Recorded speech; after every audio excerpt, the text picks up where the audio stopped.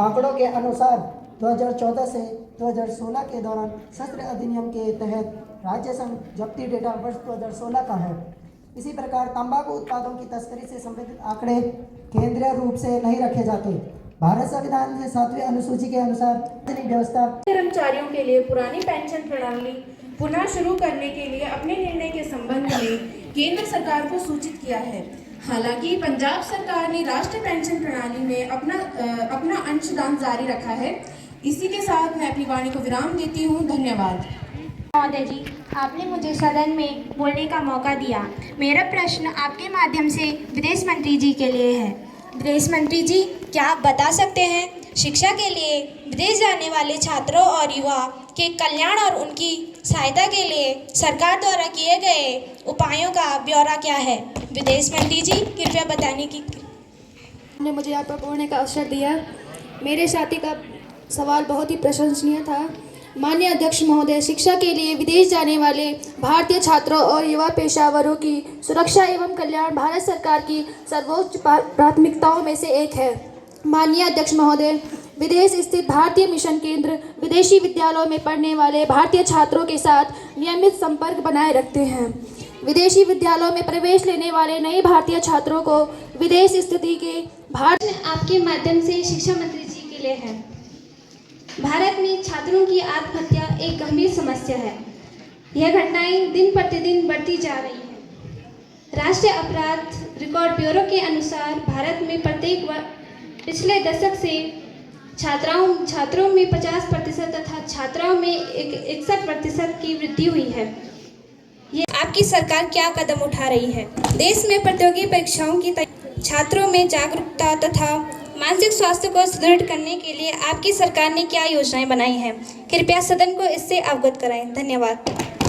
तो मैं कहना चाहूँगी, छात्रों में आत्महत्या की समस्या से निपटने के लिए सरकार बहुआयामी उपाय कर रही है तथा आत्महत्या की घटनाओं से बचने के लिए छात्रों, शिक्षकों, परिवारों को मानसिक और भावनात्मक कल्याण हेतु मनोवैज्ञानिक सहायता प्रदान कर रही है। इसके अलावा शिक्षा मंत्रालय ने मनोदर्पण नामक एक पहल शुरू की है, जिसका उद्देश्य कोविड-19 के दौरान और उसके बाद भी देश भर के सभी परिवारों, शिक्षकों के मानसिक स्वास्थ्य को मनोवैज्ञानिक सहायता प्रदान करना है। मनोदर्पण पहल के तहत की जाने वाली सभी गतिविधियों का उद्देश्य स्कूलों, महाविद्यालय, विश्वविद्यालयों के छात्रों के मानसिक स्वास्थ्य और कल्याण में सहायता करना है, जिसमें वे छात्र भी शामिल हैं जो प्रतियोगी परीक्षाओं की तैयारी कर रहे हैं। धन्यवाद। मैं स्वास्थ्य मंत्री जी से यह कहना चाहती हूँ कि सरकार द्वारा विभिन्न योजनाओं के बावजूद ग्रामीण क्षेत्रों में स्वास्थ्य सेवाओं की कमी एक बड़ा मुद्दा है।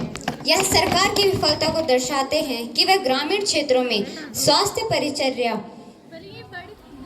मजबूत करने में असफल रहे हैं। माननीय अध्यक्ष महोदय जी, सरकार द्वारा शुरू की गई योजनाएं जैसे कि आयुष्मान भारत योजना, राष्ट्रीय ग्रामीण स्वास्थ्य मिशन और स्वास्थ्य एवं परिवार कल्याण मंत्रालय केवल कागज पर ही अच्छे लगते हैं। वास्तविकता यह है कि इन योजनाओं का लाभ ग्रामीण क्षेत्रों में रहने वाले लोगों तक नहीं पहुंच पा रहा है। माननीय अध्यक्ष महोदय, इसके अलावा सरकार द्वारा ग्रामीण क्षेत्रों में स्वास्थ्य सेवाओं को मजबूत करने के लिए पर्याप्त धन नहीं दिया जा रहा है। इसके कारण ग्रामीण क्षेत्रों में स्वास्थ्य सेवाओं की कमी बनी रहती है। माननीय अध्यक्ष महोदय, इसीलिए मैं कहती हूँ कि सरकार को ग्रामीण क्षेत्रों में स्वास्थ्य सेवाओं को मजबूत करने के लिए और अधिक प्रयास करने की आवश्यकता है। मेरा विभागीय मंत्री जी से यह प्रश्न है कि क्या सरकार द्वारा विभिन्न योजनाओं कार्यान्वित किए जाने के बावजूद ग्रामीण क्षेत्रों में जुकाम और बुखार की दवाएं, रक्त जांच और अन्य चीज़ें, एक्सरे और अल्ट्रासाउंड आदि जैसी बुनियादी स्वास्थ्य परिचर्या सुविधाएं अभी भी उपलब्ध नहीं है और रोगियों को इन सुविधाओं का लाभ लेने के लिए 8 से 10 किलोमीटर की यात्रा करनी पड़ती है? यदि हाँ, तो तत्संबंधी ब्यौरा क्या है? माननीय अध्यक्ष महोदय, क्या सरकार का प्रति ग्राम सभा में कम से कम एक चिकित्सक, एक रोग विशेषज्ञ सहित उक्त सभी मूलभूत सुविधाओं से युक्त स्वास्थ्य परिचर्या केंद्रों की स्थापना करने का विचार है? यदि हाँ, तो तत्संबंधी ब्यौरा क्या है? तो मैं बताना चाहूँगी कि अध्यक्ष महोदय, देश की स्वास्थ्य परिचय प्रणाली के 3 स्तरीय प्रणाली शामिल है अध्यक्ष महोदय, जिसमें उप स्वास्थ्य केंद्र, ग्रामीण, प्राथमिक स्वास्थ्य केंद्र, शहरी और ग्रामीण। और सामुदायिक स्वास्थ्य केंद्र शहरी और ग्रामीण भारत में प्राथमिक स्वास्थ्य परिचय प्रणाली के 3 स्तंभ हैं।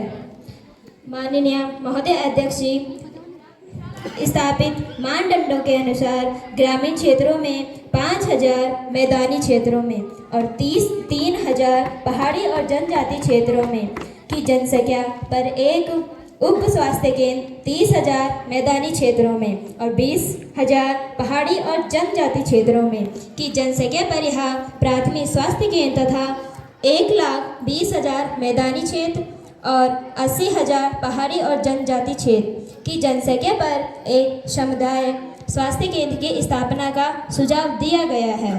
इसके अलावा जिला अस्पताल, डीएच, उप जिला अस्पताल, एचडीएच और प्रथम रेफरल इकाई द्वारा ग्रामीण और शहरी क्षेत्रों में मौजूद उप स्वास्थ्य केंद्र और प्राथमिक स्वास्थ्य केंद्र पीएचसी और रूपांतरित किया गया है।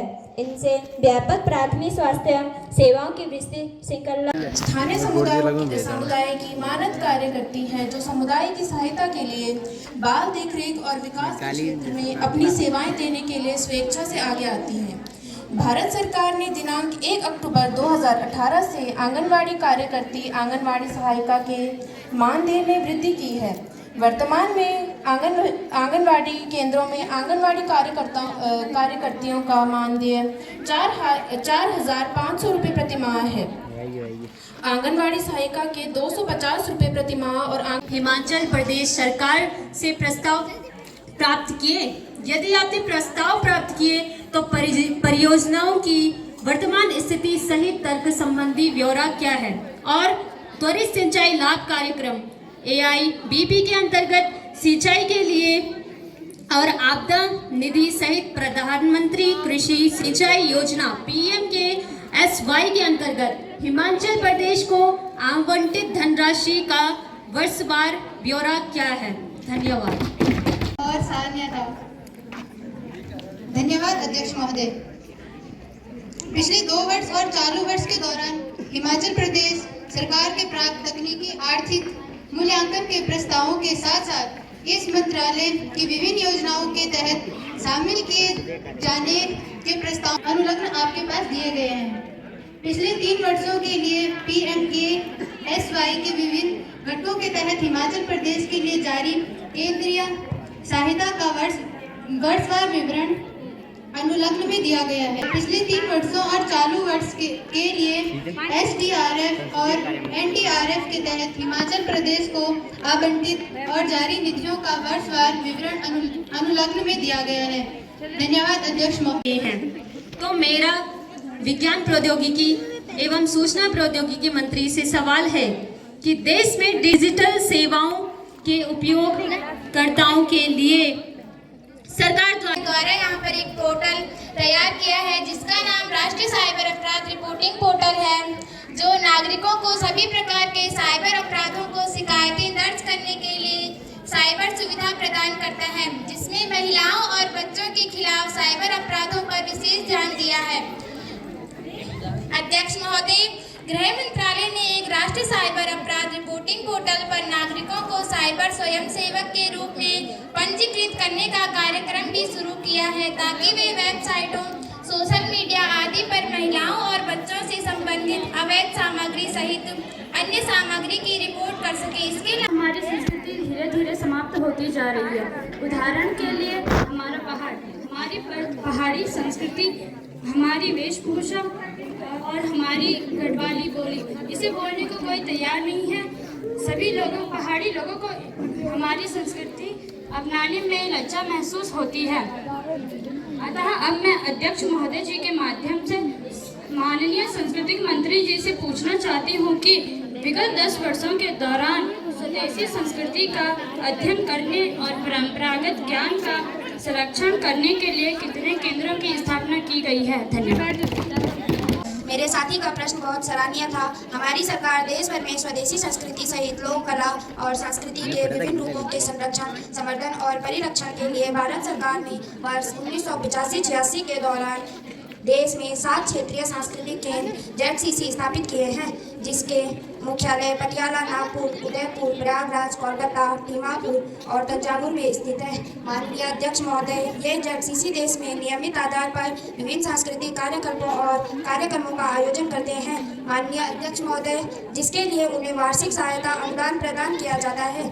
इसके अतिरिक्त पारंपरिक ज्ञान को परिचित करने के लिए सांस्कृतिक मंत्रालय ने विभिन्न स्वायत्त निकायों के अंतर्गत क्षेत्रीय केंद्र और परियोजना कार्यक्रम स्थापित किए हैं, जो अन्य बातों के साथ साथ स्वदेशी संस्कृति सहित सांस्कृतिक और विरासत के उत्थान पर परिरक्षण के लिए देश भर में स्थित सैनिक स्कूलों के लिए रक्षा मंत्रालय द्वारा की गई है। एक पहल है ताकि वो संबोधित राज्य संघ राज्य क्षेत्र के लिए चिंतित कम से कम खेल विधा पर ध्यान केंद्रित कर सके। सैनिक स्कूल सोसाइटी ASAS ने खेल एवं युवा मंत्रालय की एक राज्य एक खेल अवधारणा के अनुरूप झारखंड में सैनिक स्कूल सहित पूर्ववर्ती सैनिक स्कूलों के पर्यटन के तहत स्थापित मौजूद 33 सैनिक स्कूलों में से प्रत्येक को एक खेल किया है, जिसका विवरण अनुकूलनांक 1 में दिया गया है। खेल एवं युवा मंत्रालय के तहत एक राज्य को बहुत बहुत धन्यवाद। उन्होंने बहुत अच्छे ढंग से जो प्रश्न भी उठाए और मंत्रियों ने उसका जवाब दिया। एक बार पुनः मैं थोड़ा सा आप सबको और हमारे बीच में अभिभावक भी आए हैं, बहुत बहुत धन्यवाद करूंगा अपने PTA के अध्यक्ष जी को कि उनको आज बिल्कुल फुर्सत नहीं थी। मैं तो बार बार देख रहा हूँ कि बीच से ही भाग जाएंगे, क्योंकि आज बहुत इमरजेंसी काम था उनका, फिर भी वो जो है आपकी खुशी के लिए यहाँ पे बैठे हैं, हम सबके सहयोग के लिए बैठे हैं। और यहाँ पर अनिल जी भी आए हैं, आपका भी बहुत बहुत धन्यवाद।